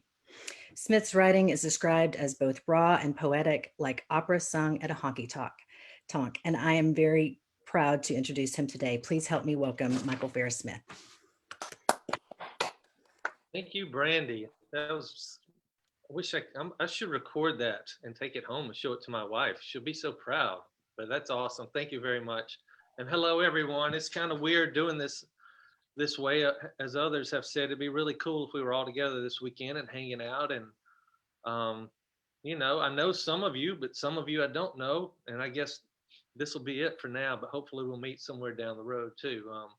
You know, like Sean, I also like bars, and there's a few in Columbus we could sit in, but oh well, we'll do it again sometime down the road. It's, I guess, the timing for talking about Blackwood and reading a little bit of Blackwood is cool because it's almost Halloween, and I think this is certainly my most spookiest, which is a horrible way to put anything, but it's certainly my spookiest. And I think, I mean, I've even seen a couple of horror novel review websites write things about it, but it's certainly Southern Gothic, and Southern Gothic and Halloween I think go along just fine. My kind of idea for Blackwood is, I'm guessing pretty much everybody here knows what kudzu is, and what a monster it is. And it's something I had seen, you know, really all of my life growing up in Mississippi and, you know, being around the South. But the last few years, I think I just kind of noticed it differently, particularly like in the twilight. I would look at it and it almost feels like it's alive, like it grows into shapes, almost like monsters. It almost feels like it could like reach out and grab you. And I just began to imagine like something beneath? What if there was some evil lurking beneath? And it wasn't really that hard to imagine. The idea kind of was like, what if The Shining would have been set in the North Mississippi Hill country? That's kind of what I thought about. And so instead of an isolated hotel out in a snow-covered, desolate landscape, I would have this great big valley of kudzu, and I would have this little town around the edge of it. And you know how little towns are. I'm guessing a lot of us are familiar with little towns. How stories kind of move from one generation to the next, and ghost stories. And, you know, people tell you as a kid, well, don't go down that alley, it's haunted, or don't go by that house, something happened there really bad. And you kind of get that. And I grew up with that. So I kind of had that essence of small town, the ghost stories, the generational aspect of it, along with this kind of horror novel, Southern Gothic novel aspect of it. So I just started going down that road, and I was really happy with how it turned out. Even though I did not sleep for about 6 or 8 months in the writing of it, I gave myself nightmares, which, you know, I figured that was a good sign. That was the only way I could think about it. I'm just going to read a little piece from it, and then Brandy did mention what's coming up next, and I would also maybe try to read just a little bit of Nick. I haven't read from it yet, so I thought this might be a good opportunity. But I'm going to read a little from Blackwood. The story kind of is a little strange because this family, this very kind of decrepit, degenerate family, ends up on the edge of this valley. They roll into town, their car breaks down. And when I started writing the novel, I never did name them. I just called them the man and the woman and the boy, and I thought I'd figure out their names later. But as the story went on, and I kind of realized what their life was like, I just left it like that. And I really liked the way it played out. They seem to both have a very specific identity, but also no identity at all. And the way that other people look at them and consider them and shove them to the side, I just left it the man, the woman, and the boy. So what I'm going to read here is the first time the man kind of goes out and walks out into the night, he discovers the valley, and how he kind of begins to, the vines almost begin to creep into his head a little bit. So I'll give you that. The man ate whenever they returned with food. He mumbled to and pawed at the woman. He ignored the boy. He wandered into town at night. He slept. He and the woman and the boy had been so long detached and displaced that he had come to think of the three of them as some other species, creatures of their own making. It was not much more than the existence of a dog, but it had begun to evolve into something else in the starry nights when he walked along the road back toward the hovel. After having milled around town, talking to the reflection of his winnowed form in store windows and watching the people in the bar through the glass door and waiting for the red-haired woman to come out with the bottles and cans. After having smoked nubs of discarded cigarettes and after having pissed on the same shrubs in front of the Baptist church night after night, he would then make his way back out of town. The days growing long and the heat stretching into the night, and he sometimes sang bits and pieces of songs he could remember, and sometimes cussed a passing car, but in recent days he had begun to keep his mouth shut and listen as he moved in the dark. The thrum of the cicadas and the howls and screeches that pealed across the land. He did not know when he had begun to hear the voice, only that it had started. It was not there, and then it was. And he stopped and stared at the stars and the bright round moon, and he listened to it. In those empty nights, he walked with his mouth shut, and when the wind blew, he opened his palms to feel the push of the air, and he sometimes stopped and knelt as if his spirit had been moved, and there was no longer the world before him, but there was only the world beyond flesh and bone. And he would return to the hovel on the nights when the voice was the most licentious, and he would slide his hands around the woman's throat as she grunted and rocked in her sleep, his dirty hands around her dirty neck, and he felt the pulse of her throat and felt her life surging through his and the crux of this low-down existence they had created for themselves. And he would squeeze his hands until she slapped them away as if they were fatal creatures of her dreams crawling on her neck. He would then sit back, look at his own hands, black and blurry in the dark. He would put them around his own throat and whisper, "Is this what you mean? Is this what you mean?" And he would wait for the voice to answer as he squeezed his own throat until his air was short, and he would release, and fall out of the open door of the car, his face against the ground and a single trail of vine stretching down into their crude camp, a vine that he would reach for and hold between his grimy fingernails as if it were a lifeline of salvation. Then he would crawl over to the boy who slept on a pile of blankets, this thing that lived and breathed and shared his same bent brow and sunken eyes, this thing that felt both like a part of him and an intrusion, and he imagined he was looking at himself, and if he could go back and rid himself of this life, he would accept the opportunity with his hands ready to kill. The man would strike a match, the quick flick, then the tiny light on the boy, his mouth open and his sun-soaked skin, and the voice would whisper, "Reach in there and grab him and pull him out." And the man would take his index finger and slide it inside the boy's mouth that was open in slumber, feel his hot breath and the rhythm of his breathing, and he would drop the match so that he could pin the boy's head down with his other hand while he reached down into his soul to snatch it away.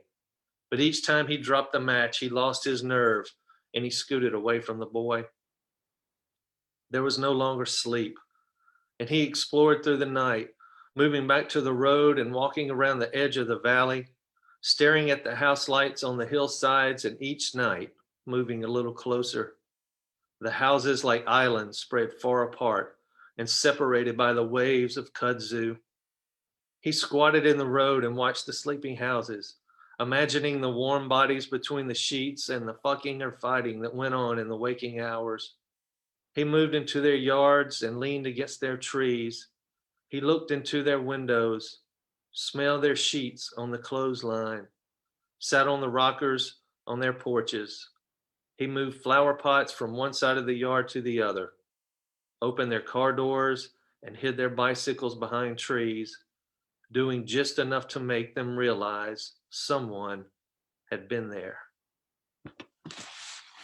So that's Blackwood. Look at that skull, kudzu wrapped in a skull wrapped in kudzu. When they showed me that, I couldn't hardly believe how cool it was. It might be a tattoo one day, I don't know. But that's Blackwood. My great influences are writers like Larry Brown and Carson McCullers and Cormac McCarthy and William Faulkner and Richard Wright and people like that who aren't afraid to go very dark and very emotional. And I've just, I've learned to embrace that in my own writing. I don't think there's anything we should be afraid of. And I will say that in recent years, I kind of know that I'm on the right track with a novel when I'm starting to feel uncomfortable about it myself, when my emotions are getting pushed to the edges. And I certainly felt that in Blackwood. I really felt it in The Fighter before that. Brandy mentioned how the characters are tied together. There's a character connection between Blackwood and The Fighter, and that was a lot of fun for me. It was very accidental, but once it kind of came upon me, I really liked the way it felt. That's Blackwood. The kudzu's starting to die now a little bit, but it'll be back more powerful than ever in the springtime, like it always does. It's crazy, man. Like, I didn't, somebody asked me about it in an interview, do you know how fast it grows? And I said, no, not really. I would say pretty fast. And so we Googled it right there while we were doing the interview. And under the right conditions, kudzu can grow a foot in a day, which is nuts. I would guess like a foot in a week maybe, but a foot in a day, which means you can basically watch it grow. But I like writing the dark stories, and this was certainly a dark story. And speaking of dark stories, I guess I'll go on to my next dark story, which is Nick. And I think Brandy introduced it very nicely. You never know where in the hell an idea is going to come from, or how it's going to come to you, or what kind of life you're going to lead that's going to get you somewhere to where you think about these things. But I'll give you just the short version is, I read Gatsby 4 or 5 years ago and was moved by it in a way I had never been moved by it before. And there were a couple of lines in there in particular that really struck me about Nick, about him turning 30 and realizing there was a decade of loneliness in front of him. And I related that to my own life very closely, being 29 or 30 when I started to write, having come back from living abroad for a while, and the little town I went back to that I used to know as home was very different. My parents were gone, my sisters were gone, living somewhere else. My friends had gotten married, bought houses, had children. Some of them had gotten married again by that time. And I just really kept thinking about Nick to the point where I thought it'd be very cool if somebody sat down and wrote his story, because you don't really know anything about it. And it was one of those things where before I could finish the thought, I knew I was going to do it or die miserable. And I didn't really want to die miserable. So I said, what the hell, I'll just do it. So that's what this is. And so I put him in World War I, and we started to find out. I just really wanted to know who told us Gatsby. And this is chapter 2, and it's a few pages. It's him in the trenches. They expected the counterattack at daybreak. The guns rat-tat-tatted all through the night. White flashes across a clouded landscape that might have been brilliant starburst in a more imaginative and peaceful place. Flares spiraled, red and yellow arcs of light that kept their eyes open and toward the sky. At sunrise, the mist hung low across the land and rose out of the craters like a great mob of spirits ascending. And then they heard the planes, and it began. Grenades and shell fire through the earth toward the sky, and then came the roar of thousands of hungry men going for the throats of thousands of other hungry men. The rifles fired, and once they were emptied, the bayonets, and once they were broken off in rib cages, out came the knives and the hands and knees and fists and whatever else could be used to kill. The constant explosions around them, and they began to separate, the living and the dead, and those somewhere in between, men and pieces of men. Some walked through the battle looking for arms and hands. Another held the back of his head together with both hands. Some ran away and some played dead, and others had been long void of humanity and ripped and shredded like barbarians that needed blood to survive. They gained nearly 200 yards the day before, but the counterattack drove them backward. The voice of retreat spread between the shell fire and screams, and they turned and they were forced to cross back over the trenches they had taken the day before. The planes rained down and gave them an escape. Those that were too slow or hobbled or simply dazed took bayonets into their spines and necks and the backs of their heads, and those that were still on 2 feet joined the retreat, unable to save anyone but themselves. When they reached the dugout, they thought they had left for good 2 days ago. They tossed down their rifles. They gasped for air, checked themselves for cuts or wounds that adrenaline had overcome. Some vomited. Some talked to themselves in loud voices of fear and hate or called out to people they loved. Others lay back and stared into the smoky sky, and still others bled until they couldn't bleed anymore. Artillery fire echoed in the distance, and in the trenches, those who were still alive helped with the wounded. A carnival of recovery. Men screamed for missing legs or feet, and some fought to breathe against the bullet holes in their stomachs and chests. Stretchers carried out some, but others only wrapped their wounds and waited for medics who had no chance of doing all that was needed. In time, the screaming would cease, the bleeding would stop, and they all looked around to see who was left. And this was the worst time of day, after the fight and after the recovery and before nightfall. Those who remained waited for the sounds, and they came, the voices from no man's land, the calls for help, the strained cries of dying, the sounds of pain and desperation and begging and pleading, voices so close but so far away. There could be no help, and the voices were already in their graves, and they knew it. They knew it because they had sat and listened to the same cries and the same pleas at the same time of day, and there was nothing that could be done for them now but wait for the end. But that never kept the voices from crying out until the fall of day, into the earliest of night, and through the dark. Nick unbuttoned his coat. He reached in and took out a rag and wiped the sweat and blood and dirt from his face and neck. He checked himself for cuts or holes, and then he felt around in his pockets and found half a cigarette. He didn't have a match and didn't feel like asking. He sat on his helmet and leaned against the trench. There was thirst, but the water went first to the wounded, so he licked his lips and tried to gather a mouthful of spit, and then he swallowed. A sergeant passed through, and a new face was the only one who rose to attention, and the sergeant told him to look around. You don't see nobody else saluting, do you? We don't bother with that on the line. Save your getting up and getting down for the bad guys. Nick took the cigarette from his mouth and handed it to the newbie, and he took it and he said, I ain't never done that. I never done what I just did. None of us have, Nick said.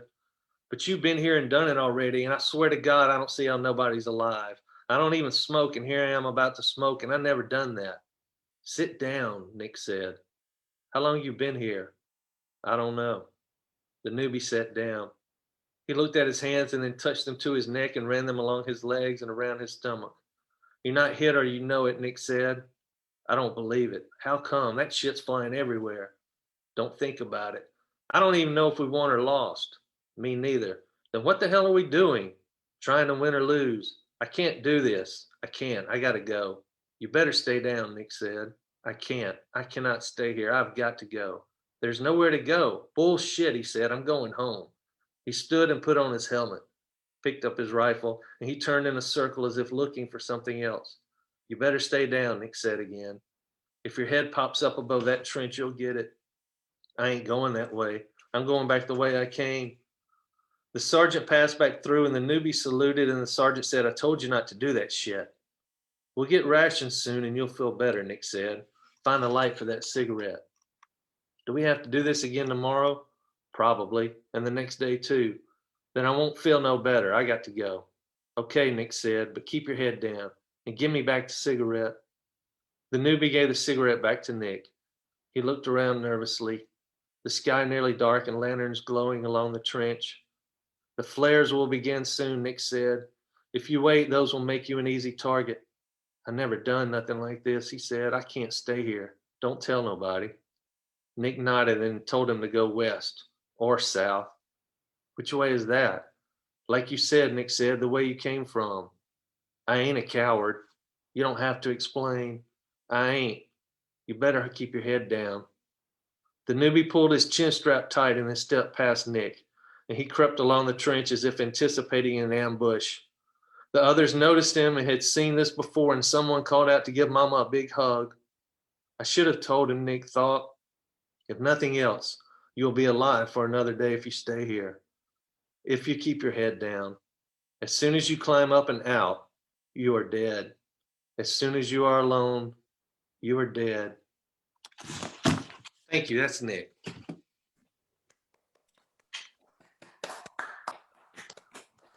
Fantastic. Fantastic. Thank you so much, Michael. I think we've got time for questions now. What do you guys want to ask?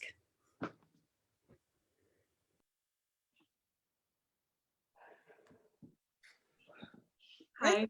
Oh, go ahead. Now, I just want to ask, really love your work, of course, Michael. How did you decide on World War I as a setting for Nick? It sounds like a wonderful novel, and I'm really looking forward to reading it. Love that period as well.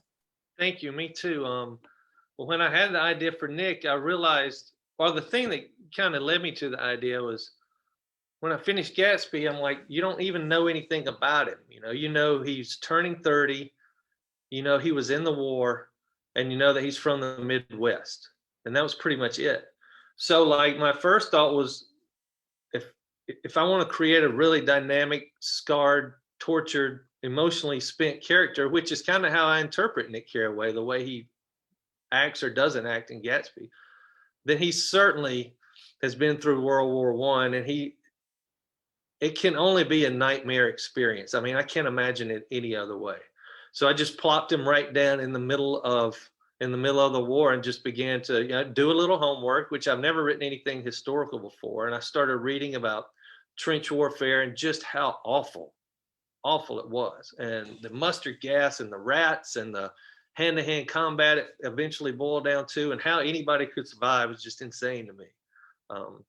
So that led me to World War I. And I was really kind of invigorated by the notion of being able to write those scenes. Those were like, because I love a good landscape, and there's, World War I battleground is a pretty intense landscape. So that's what took me there. Thank you. Hi, Michael. I'm a student in the MFA program, and I was reading Blackwood the same time as reading Absalom in Brandy's Southern Fit class. So I talk about nightmares.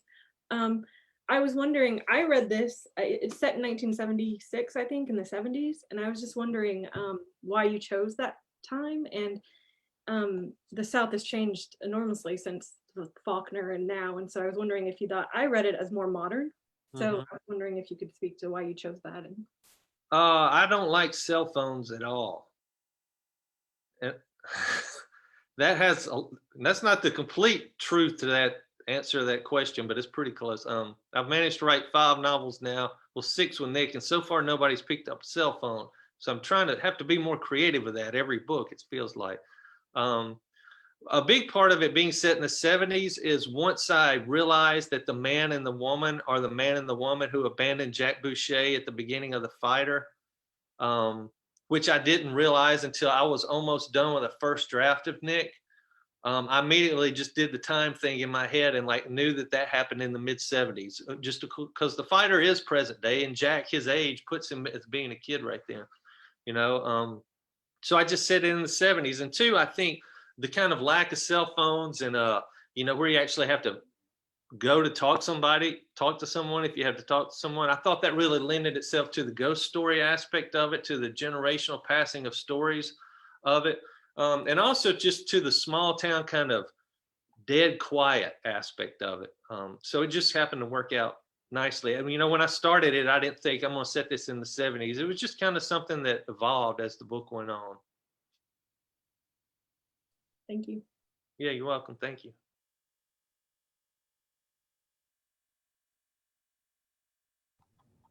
Hey, Michael. Hey, Karen. I have a question. You know, I've read your previous books and they've been very good and enjoyed Blackwood as well. But I have noticed, and particularly I think as a class, we have talked about the redemptive qualities in a lot of your characters and how that has been a consistent theme. And then Blackwood, I agree, was much darker.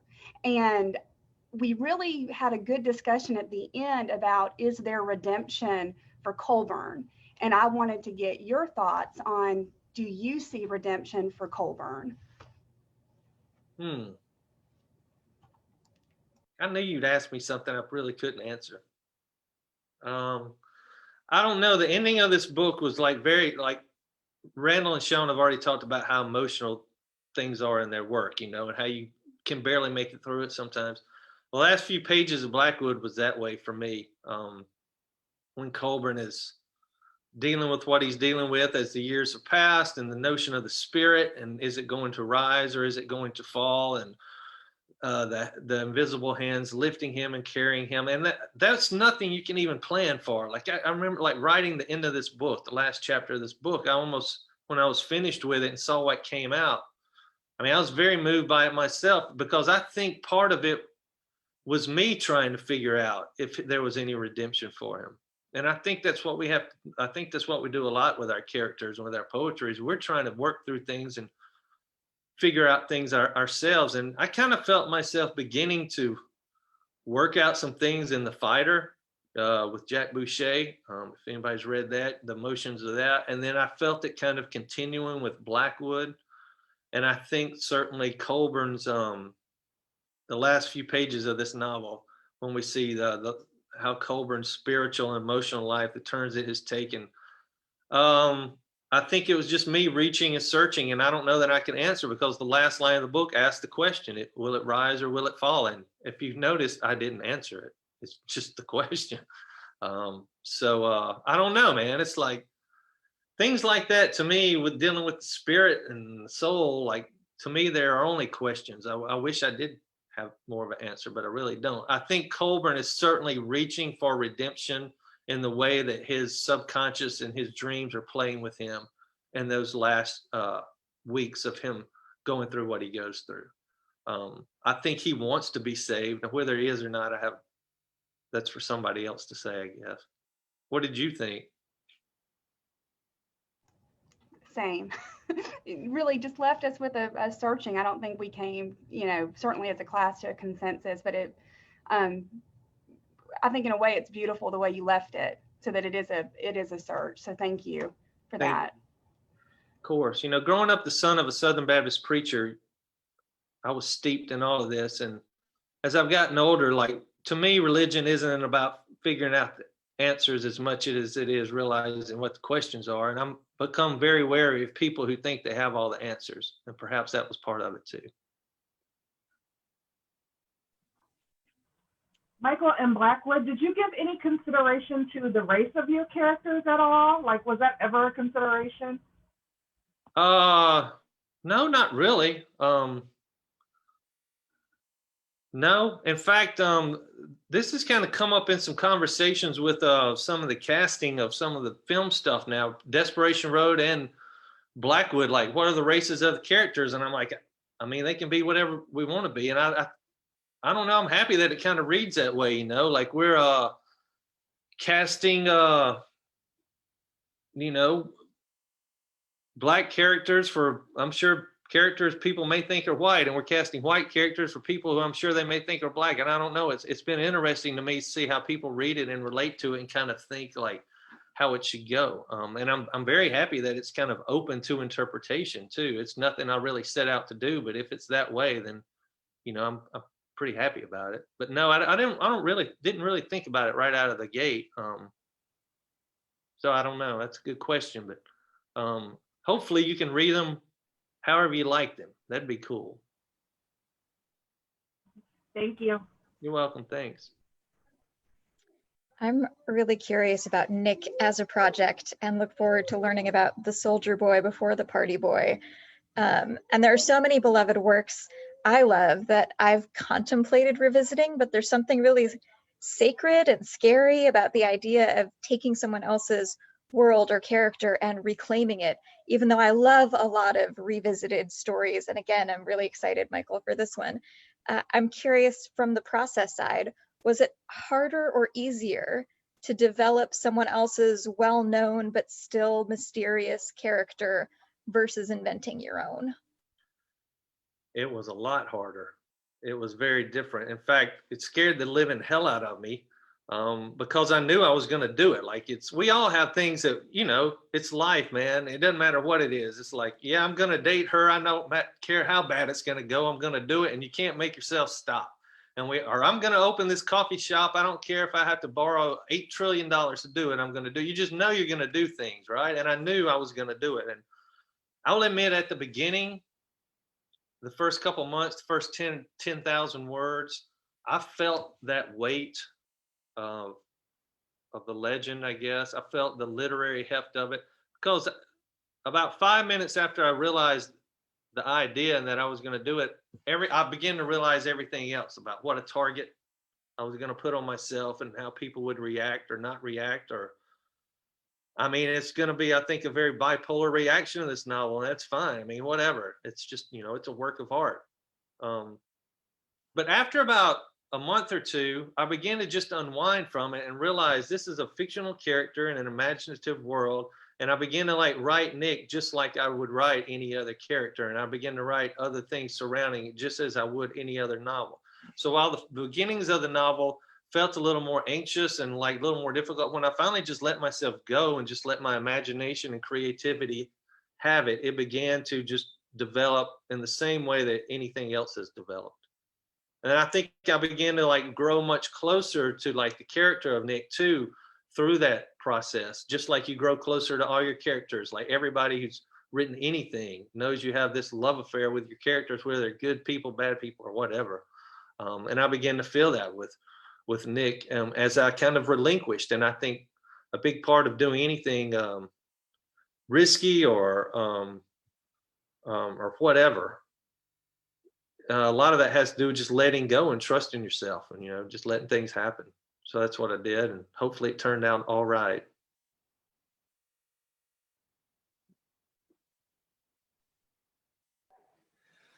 Michael, we have a question from Facebook from Susan Cushman. Actually, she has several questions. She says two. I think there are actually three in there. She says, your work has been compared to Faulkner's. Does that resonate with you? And do you have a favorite Faulkner book? So that's one side of it. And then Blackwood is set in Red Bluff, Mississippi. As a Mississippi native, I wonder if it's based on a real town. And she also says it's a great book. Kudos. Okay, let's see here. I mean, yeah, I think as anybody can say, if you get compared to one of your heroes, then it's always a good feeling. All you can do is, you know, nod and say thank you and be very kind of grateful and humble for it, because I mean, it's what we aspire to be, those writers that we have admired all our life who really influenced us. So yeah, I mean, I only take it as an extreme compliment, and then I kind of forget about it. So there's the Faulkner thing. The other thing was, and thank you, Susan, for saying that, by the way.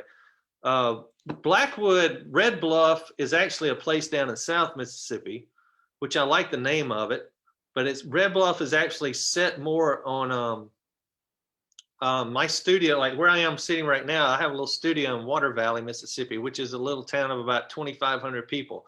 It has like a main street and one of everything. And it's covered in kudzu in every direction around here. And so this was the kind of the setup for the actual Red Bluff and Blackwood that I used. I just imagined it, 40 years ago, which wasn't very difficult, because no offense to Water Valley, I can't imagine it's changed that much.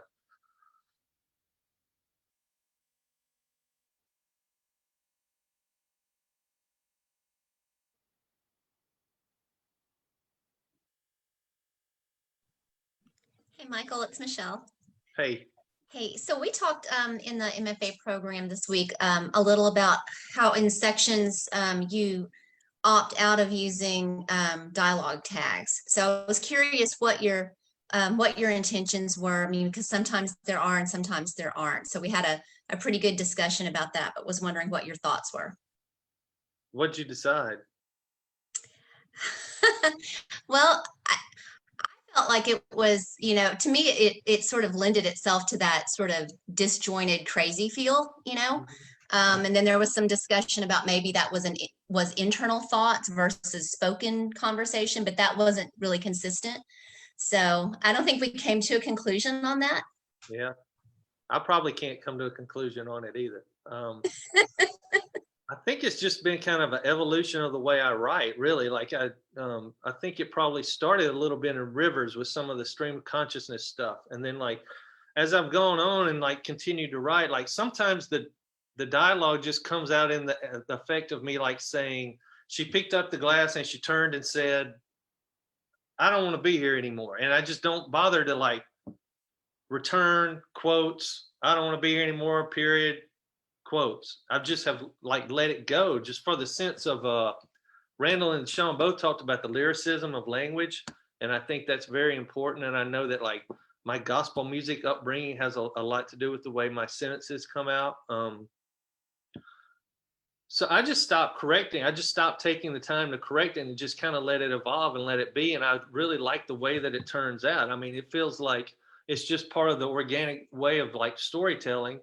I guess from the way I do it. And I just haven't bothered to change it. And I've been fortunate that I haven't had an editor who has argued about it, like who also kind of sees what's going on. And I think sometimes it might work more as a stream of consciousness thing, or more like a almost dreamlike thing. But I think it's just the essence of me trying to capture things as lyrically and kind of organically as I can, whether it be dialogue or whatever. And it just comes off that way. And so far, the copy editors have let me have carte blanche with it, so I'm just probably going to keep doing it. But that's a very good question. Okay, thank you. Thank you.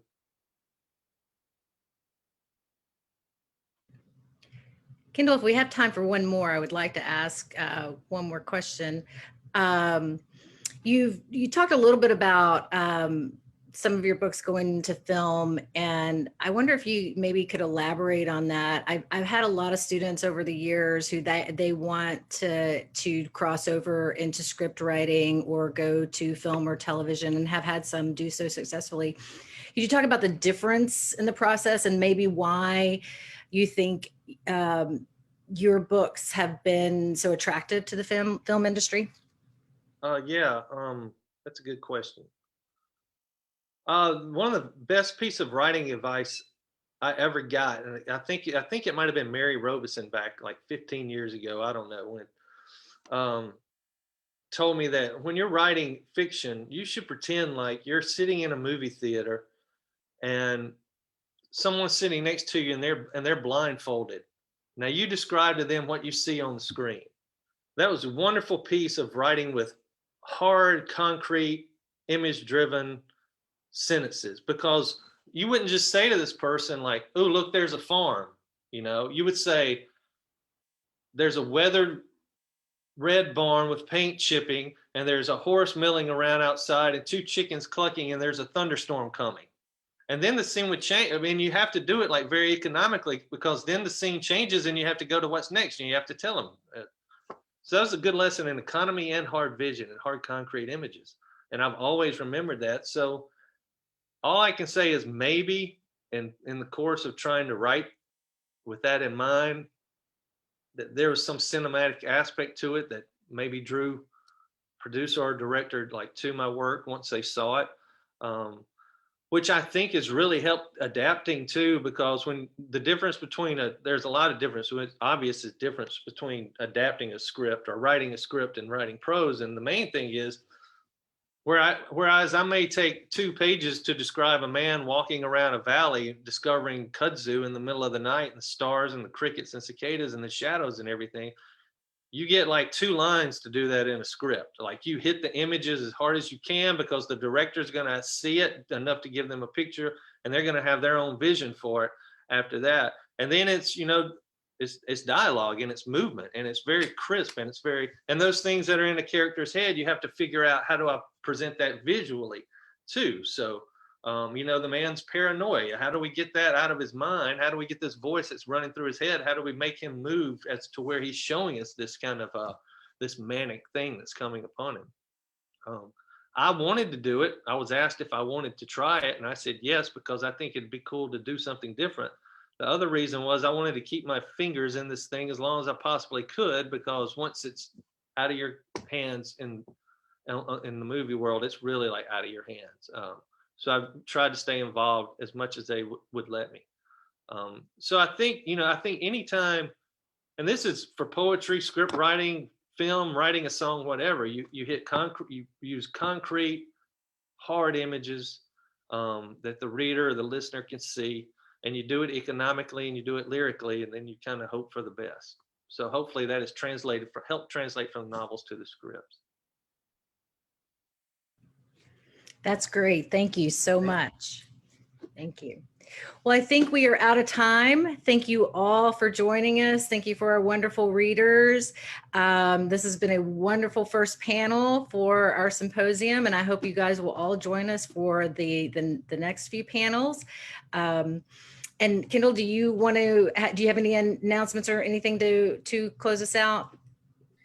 Sure, we'll be back on Facebook and in Zoom at 1:30 for our Ephemera Prize session with our 5 Ephemera Prize winners who will read their work, high school students from around Mississippi, and our 2 judges, Sandra Meek and Joanne James, will also read their work following the students.